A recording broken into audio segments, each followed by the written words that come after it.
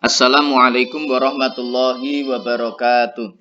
Bismillah, alhamdulillah, salatu wassalamu ala rasulillah wa ala alihi wa sahbihi wa kulli man tabi'ahu bi ihsanin ila yaumil qiyamah ma ba'da. Selamat siang teman-teman jurusan Bahasa dan Sastra Arab. Jumpa lagi dengan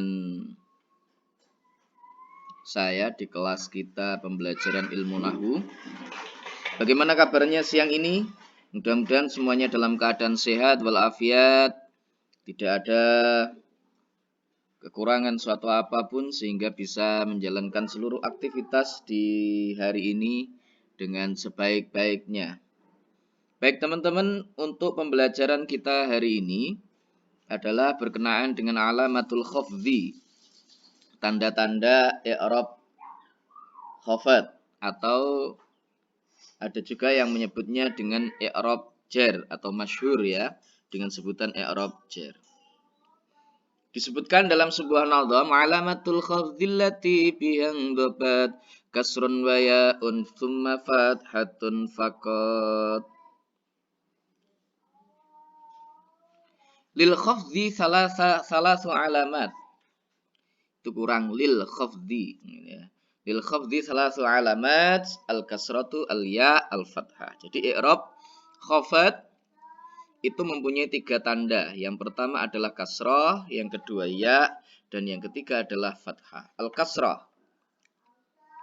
Al-kasratu alamatun lil khafdhi fi salasati mawadhi'a. Kasrah itu menjadi tanda bagi i'rab khafad ada pada 3 tempat. Yang pertama al-ismul mufradul munsharifu. Isim mufrad yang munsorib. Munsorib itu tidak menerima al-munsorib itu artinya menerima tanwin. Contohnya seperti lafadz marartu bi zaidin. Lafadz zaidinnya itu dia majrur. Tanda kasrah, tanda jarnya adalah dengan kasrah. Kemudian yang kedua al-jam'u taksir al-munsharifu. Jamak taksir yang menerima tanwin. Contohnya mithlu marartu birrijali, kata ar-rijal itu. Yang ketiga adalah al-jam'ul muannasus salimu. Jamak muannas salim. Mithlu marartu bil muslimati. Contohnya adalah marartu bil muslimati, al-muslimati itu. Nah,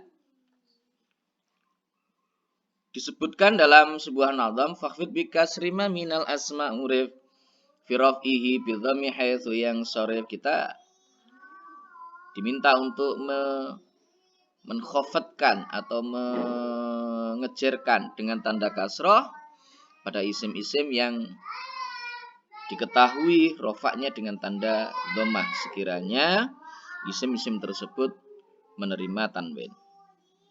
Nah, kalau kita perhatikan tadi al-ismul mufradul munsharifu, al-ismu al-jam'ut taksir al-munsharifu. Jadi ada qayyid di situ, ada batasan bahwa yang bertanda jar dengan kasroh itu adalah isim mufrad yang munsorib. Kemudian jamak taksirnya juga yang munsorib. Tetapi khusus pada jamak muannas salim, mengapa di situ tidak diqayyidi dengan kata munsorib? Alasannya apa? Lam yuqayyadul jam'ul muannasu munsorifan li'annahu la yakunu illa munsorifan. Jamak muannas salim itu tidak diqayyidi dengan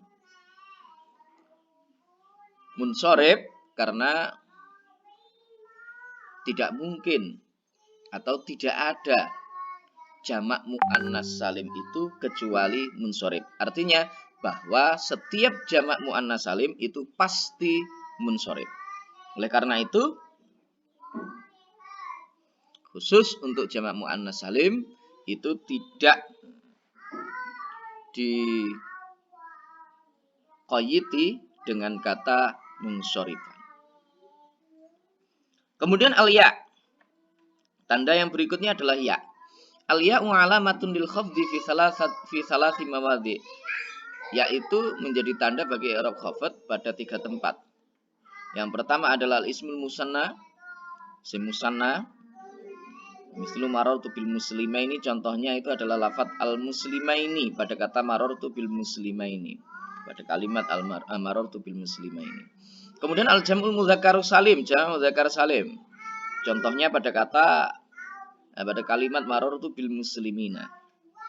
Dan yang ketiga adalah asmaul khamsah awis sittah, contohnya marartu bi abika wa akhika wa hamika wa fika wa dhimalin wa hanika.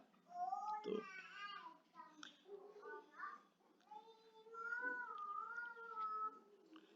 Disebutkan dalam sebuah nadham, waqfid biya in kullama biya nusib wal khamsatal asma bisyartiyatusib. Kita diminta untuk mengkhafadkan dengan tanda ya pada setiap isim yang dinasobkan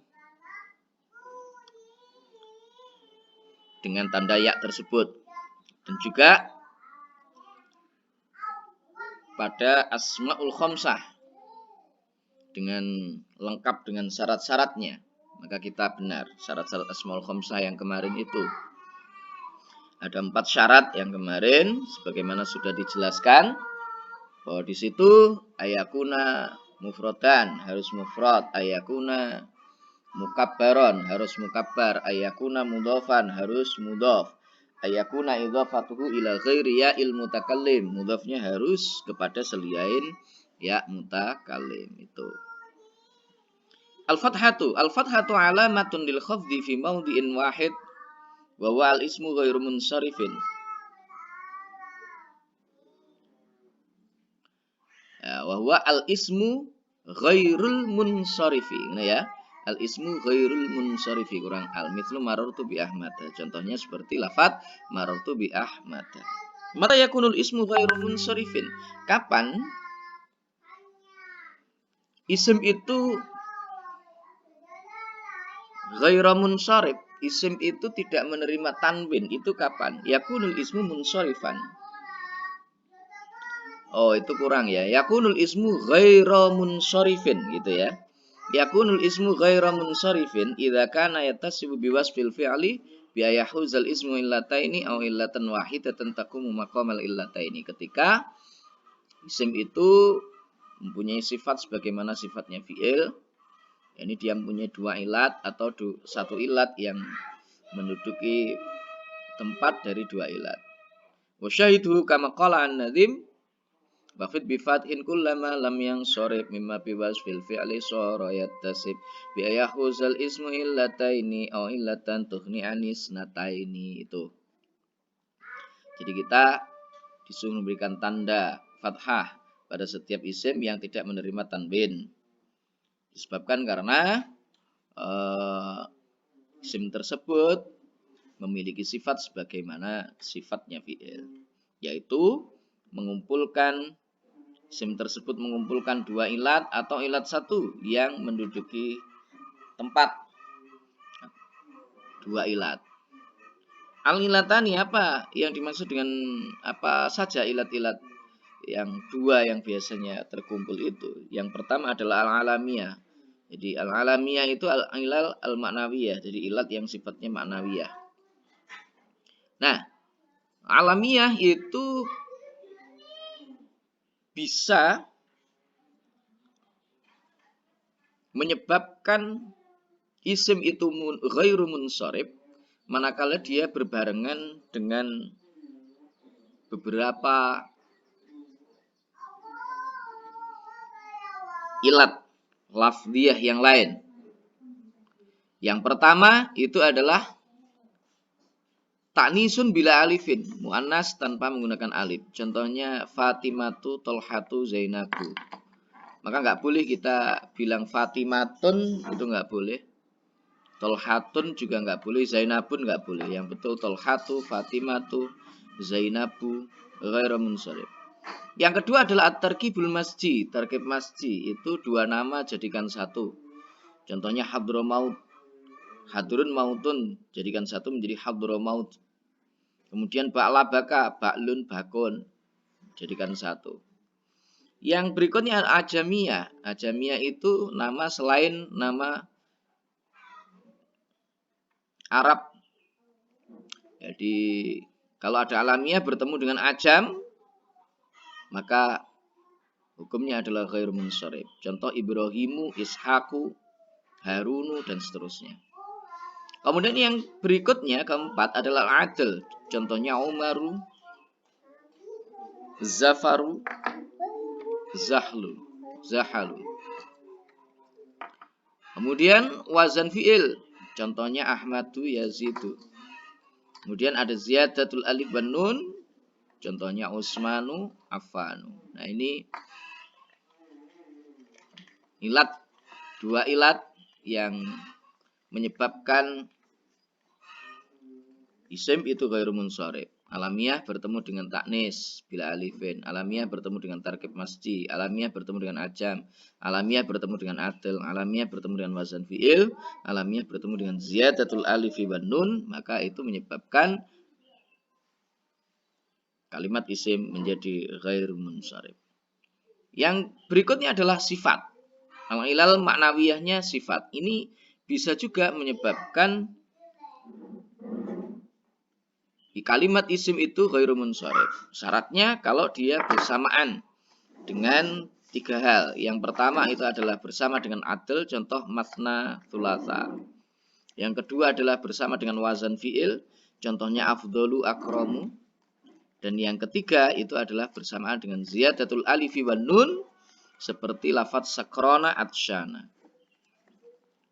Nah, berikutnya al-ilatul wahidah allati takum maqamal illataini. Apa itu ilat satu yang itu bisa menyebabkan isim itu ghairu munsharif karena dia punya satu ilat yang menempati posisi dari dua ilat. Yang pertama adalah sighatu jam'il, sighatu muntahal jumu', sighat muntahal jumu'. Contohnya masajidu, masabihu, asofiru. Jadi sighat muntahal jumu' itu apa? Jamak taksir. Setiap jamak taksir yang setelah alif taksir itu ada dua huruf yang berharokat atau ada tiga huruf yang tengah itu mati. Itu namanya adalah sighat muntahal jumu'. Ketika ada sighat muntahal jumu', maka dia hukumnya adalah ghairu munsharif, tidak bisa ditanwin, tidak boleh ditanwin. Kemudian yang berikutnya itu adalah alifut taknis, alif taknis.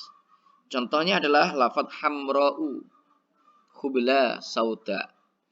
Alif taknis itu ada dua macam. Yang pertama itu adalah alif mamdudah.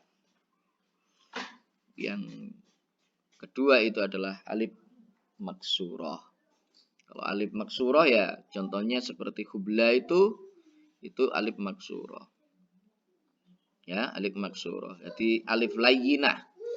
Kemudian yang alif mamdudah itu adalah alif yang jatuh sebelum alif. Jadi hamzah yang kemudian dia diganti hamzah. Jadi hamzah yang jatuh setelah alif layyinah. Jadi hamra'u, sauda'u, dan seterusnya itu. Syukran jazilan ala husni timamikum. Dan kita lanjutkan dengan diskusi di grup WA sebagaimana telah kita sepakati bersama. Terima kasih, itu sebagai penjelasan dari saya. Mudah-mudahan bisa dipahami dan bermanfaat. Kalau ada yang kurang dipahami, kita diskusikan bersama-sama. Terima kasih. Wallahul muwaffiq ila aqwamit thoriq. Billahi taufiq wal hidayah minar rasul sallallahu alaihi wasallam. Asyafa wa tarbiyah. Assalamualaikum warahmatullahi wabarakatuh.